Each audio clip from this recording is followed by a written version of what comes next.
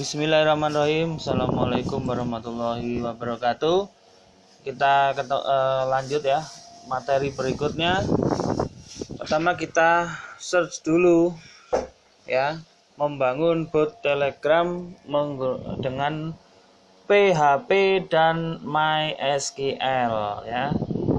Jadi ini salah satu yang bagus, punyanya Digovean ya. Alamatnya dgovean.com, bot Telegram laporan ya, membuat bot Telegram untuk auto posting laporan ke grup. Sepertinya ini bagus ya. Oke, saya akan menggunakan source code yang ada di internet aja. Kadang kan kita menemukan tapi kita nggak tahu apa yang harus dilakukan. Ini saya coba beritahu gimana caranya ya. Sebelum melanjutkan, oke, siapkan bot Telegram, grup Telegram, web server, framework PHP, kode igniter, database MySQL atau MariaDB. Oke, saya kira masih bisa lah diusahakan ya, tidak seberapa sulit ya. Oke, kita lanjutkan. Di situ bot Telegram digunakan sebagai asisten alias si pelapor yang bertugas menyampaikan laporan ke grup. Oke, grup Telegramnya khusus untuk pelaporan. Oke, web servernya dia menggunakan Apache ataupun Nging. Nanti saya pakai web server. Nah, dia pakai framework PHP, kode igniter, database-nya MySQL. Kemudian di situ ada dijelaskan memasukkan bot Telegram ke grup. Nah, itu ada caranya ya. Di bagian botnya pilih add group, lalu kita masukkan token ya. Jangan token yang di web itu, tapi token punya kita ya. Nah, jika sudah benar muncul hasil dalam bentuk JSON seperti itu ya. Nah, dari contoh itu nanti muncul ID dari grupnya yang diawali dengan -100 itu tadi.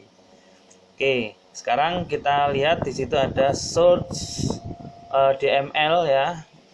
DDL ya. Nah, create alter drop itu untuk membuat struktur database-nya.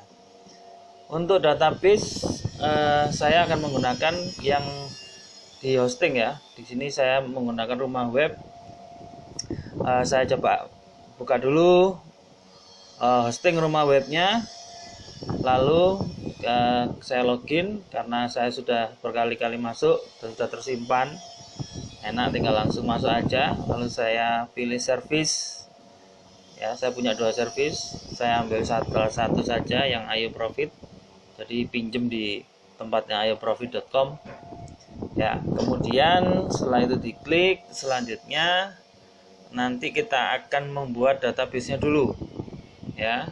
Kita buat database-nya dulu. Oke, ini saya login ke cPanel dulu ya. Lalu ada pilihan bagian database. Ada pilihan di bagian database, MySQL database. Di MySQL database itu nantilah ya kita, nah ini MySQL database ya, kita bisa membuat database kita ya. Jadi tidak seperti kalau di localhost di php-admin kan enak langsung ya, kalau di hosting harus di-set dulu. Oke, ini kita buat dulu database-nya ya. Saya berikan nama Digove. Nah, jadi ayo2568_digove itu nama database-nya. Sebaiknya kita simpan dulu di notepad ya. Jadi database-nya itu ayo 2568 Digove.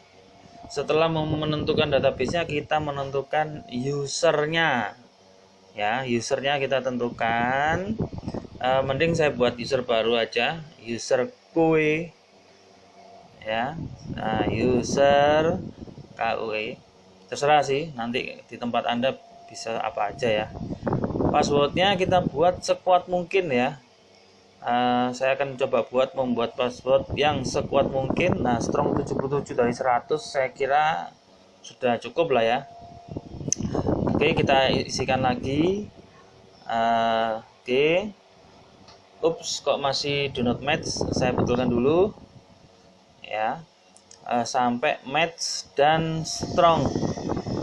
Penting sekali membuat password yang strong. Oke, saya betulkan sisi yang satunya ya. Oke, sebentar. Oke, hilang, berarti kita sudah strong ya. Ini penting ya, supaya ya kedepannya nggak gampang dibobol harapannya ya toh. Jadi itu disimpan dulu usernya. Ayo 2568 userku ya. Oke, disimpan dulu sebagai user. Oke, jangan lupa password usernya. Nah, passwordnya itu tadi password saya, KWASYX ya. Males mikir ya, cari yang gampang aja. Oke, kalau sudah kita kembali, kemudian kita masuk ke PHP MyAdmin-nya ya.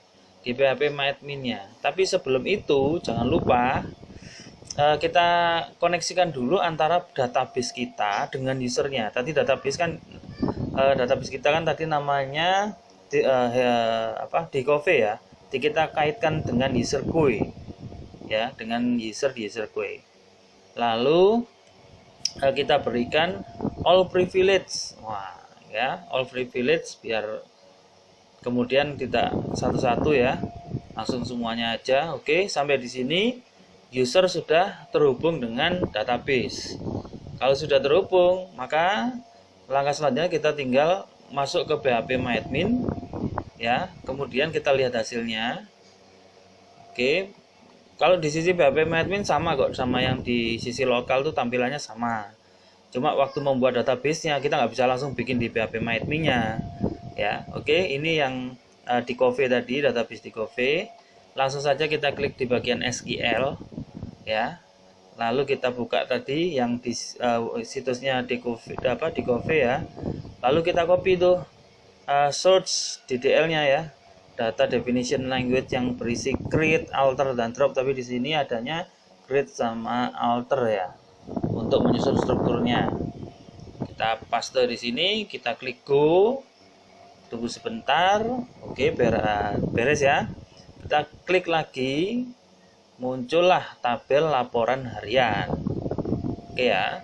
Nah, di tabel laporan harian ini ternyata kosong, nggak ada isinya. Oke, kita lihat strukturnya dulu. Sebelum kita isi, kita lihat strukturnya dulu. Strukturnya ID integer 5, kemudian tanggalnya varchar. Kenapa nggak pakai date ya? Namanya varchar dan penjualannya integer 5. Oke. Kita isi, klik browse ya. Kita mulai isi. Sebelum browse, kita klik insert aja. Kemudian kita mulai isi.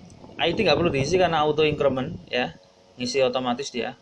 Kita isi tanggal sekarang 2020/04/23. Namanya kita isi Bambang Saputra ya toh. Kemudian sebagai contoh aja penjualan kita isi 3 ya. Go. Oke ya. Ini one row inserted, itu source code pengisiannya ya, DML. Nah, hasilnya seperti ini, kita punya satu data ya. Oke, kita lanjutkan karena kita sudah punya database-nya. Script di atas menunjukkan kita nanti akan ada 4 itu tadi ya. Oke, cukup dulu, terima kasih.